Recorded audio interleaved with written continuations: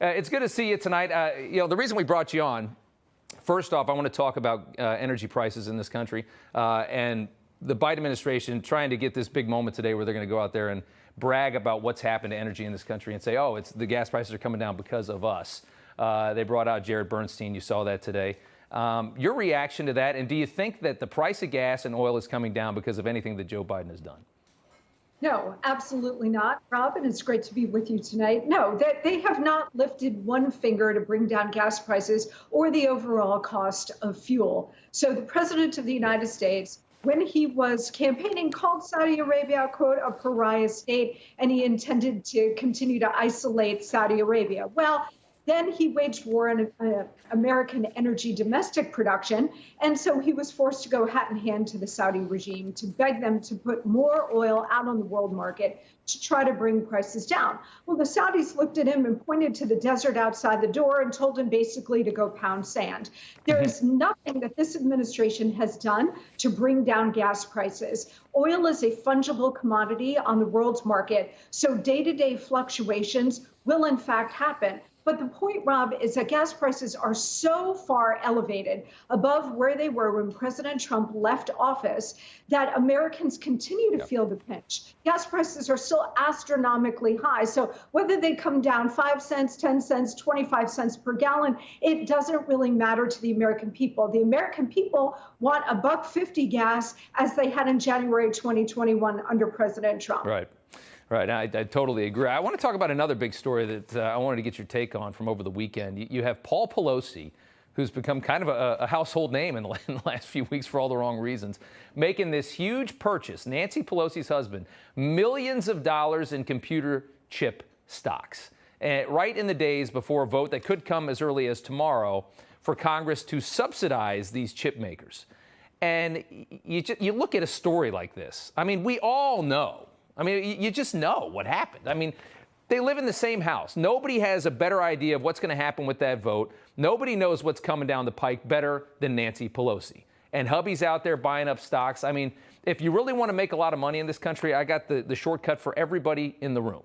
You want to make a lot of money in this country, just do what Paul Pelosi does, because he's got Nancy right there. I mean, how on earth is any of this legal? Yeah. You know what, Rob, I'm not sure that the Pelosi's do pillow talk, but they certainly do talk to each other about this kind of thing. And the corruption runs so deep. I mean, it's not just the Pelosi's, it's the Biden crime family. It's pretty much every Democrat on the scene, which is they're leveraging their power to empower and enrich themselves. And this is the perfect example of that.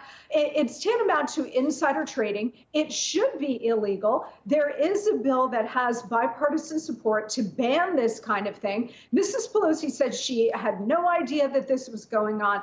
I don't think any American with a brain actually believes that, Rob, but it is completely outrageous that Mrs. Pelosi and her husband, when she has spent, decades in public service, that they have leveraged that to a net worth of well over $100 million. And they've done it in large part by this kind of insider trading on information and access that you and I simply don't have. It is pretty amazing. And let's talk a little bit about, you brought him up, obviously the Biden family as well.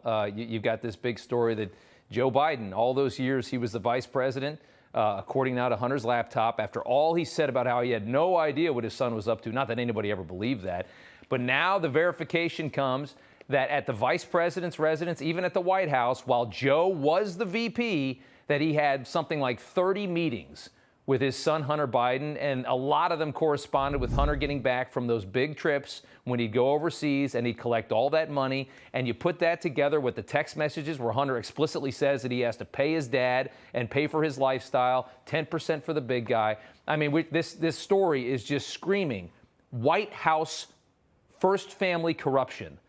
And somehow it's not the biggest story in this country because the mainstream press has no interest in it whatsoever. Yeah, and you just hit the nail on the head with that remark, because it's absolutely true. Whether we're talking about Joe Biden or whether we're talking about Mrs. Pelosi, when they said I have no idea. I never did this. There is no follow-up from the propaganda press to really press them or investigate as to whether or not they're telling the truth. So that they let the lies just continue to ride. And the people who are put on the back heel of all of this is us, because we're stuck with these quote unquote leaders who are taking the country off the cliff. But we're also stuck with this ingrained, entrenched corruption that is allowed to continue and fester, and it's allowed to continue to empower and enrich Mrs. Pelosi, Hunter Biden, Joe Biden, the entire Biden family, almost every Democrat on Capitol Hill or in positions of power. They're allowed to exploit the system at the expense of us and the country, and there is no accountability. There's no equal application of the law. The DOJ and the FBI are not looking into this. So all of this is just allowed to continue, and it puts a giant hole into the heart of the country, tearing away at the fabric of our rule of law, our Constitution, and the faith that the American people have in this system. Well said. Monica Crowley, former Assistant Secretary to the Treasury. Thank you so much for taking the time. Good to see you. Thanks, Rob.